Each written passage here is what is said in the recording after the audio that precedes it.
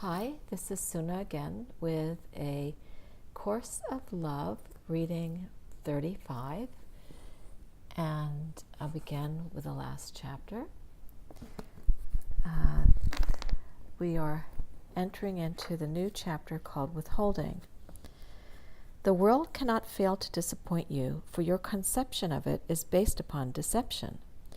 You have deceived only yourself, and your deception has not changed what is, nor will it ever succeed in doing so. Only God and His appointed helpers can lead you from this self-deception to the truth. You have been so successful at deception that you no longer can see the light unaided. But join your brother and the light begins to shine, for all are here to aid you. This is the purpose of the world of love most kind, to end your self-deception and return you to the light. Chapter 7, Withholding. A major thought reversal is required now before we can go on. It has been stated and emphasized countless times before, and it will be here as well. What you give, you will receive in truth. What you do not receive is a measure of what you withhold. Your heart is accustomed to giving in a way that your mind is not. Your mind would hold on to every idea for what it might bring you, and is resentful of those whose ideas do not come to fruition and succeed in getting desirable things within this world. I had that idea, you lament when another succeeds where you failed. I could have been where that person is if not for the unfairness of life, you wail. Your mind dwells in a world of its own made up largely of if-onlys. Your heart, on the other hand, knows of giving and of return, not based on the world of your mind or of physical circumstance.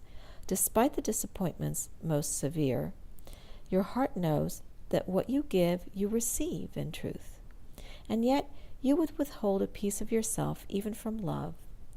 And this is what we must correct. For what you withhold, you cannot receive. And you cannot receive a piece of heaven, nor know a piece of God or your own self. You must be total for you to receive in truth. We will concentrate more now, however, on withholding than on giving, for you do not yet understand what you would give, for you do not recognize what you have to give. You do, however, recognize what you withhold and can begin to recognize this in every situation. As the awareness of your withholding dawns upon your heart, you will begin to realize what you do not give, and with that realization, what you have to give. Comparison of one thing to another, a comparison that seeks out differences and magnifies them and names one thing is and one thing that, is the basis of all learning in your world. It is based on contrast and opposites, on separating into groups and species. Not only is each individual distinct and separate, but so too are groups of individuals, pieces of land, systems and organizations, the natural world and the mechanistic world, heaven and earth, divine and human. In order to identify yourself in this world, you have had to withhold a piece of yourself and say of this piece, this is what makes me uniquely who I am. Without this piece of yourself that you have determined to be unique, your existence would seem to serve even less purpose than it does now. Thus, that which is most separate, or that which you have determined separates you the most, is that which you value most highly. This one thought constitutes a thought system in and of itself, for it is the primary thought by which you live your life. Your effort goes into maintaining this illusion that what you are must be protected, and that your protection rests on holding this piece of yourself separate. Like the love you set aside from this world, this thought too is one that can be used, for it recognizes that you are as part from the world as love.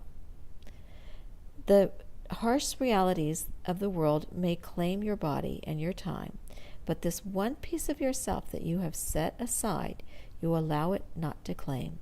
This piece is held within your heart, and it is this piece with which we will now work. This is the piece that screams never to that which would beat you down. Life is seen as a constant taking away, and this, you claim, will never be taken from you. For those whose lives are threatened, it is called the will to live. For those whose identity is threatened, it is called the cry of the individual. For others, it is called to create. For other, it is the call to create, and for still others, the call to love. Some will not give up hope to cynicism. Others label it ethics, morals, values, and say that this is the line I will never cross. It is the cry that says, I will not sell my soul. Rejoice that there is something in this world that you will not bargain with, something you hold sacrosanct, that is, yourself. Yet this self that you hold so dear that you will never let it go is precisely what you must be willing to give freely away. This is the only self that holds the light of who you are in truth, the self that is joined with the Christ in you. Join us again tomorrow for reading number 36.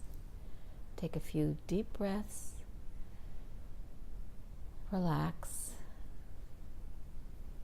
and you may see the books that I authored that may help you further your deepening in a course of love. Blessings, blessings, blessings.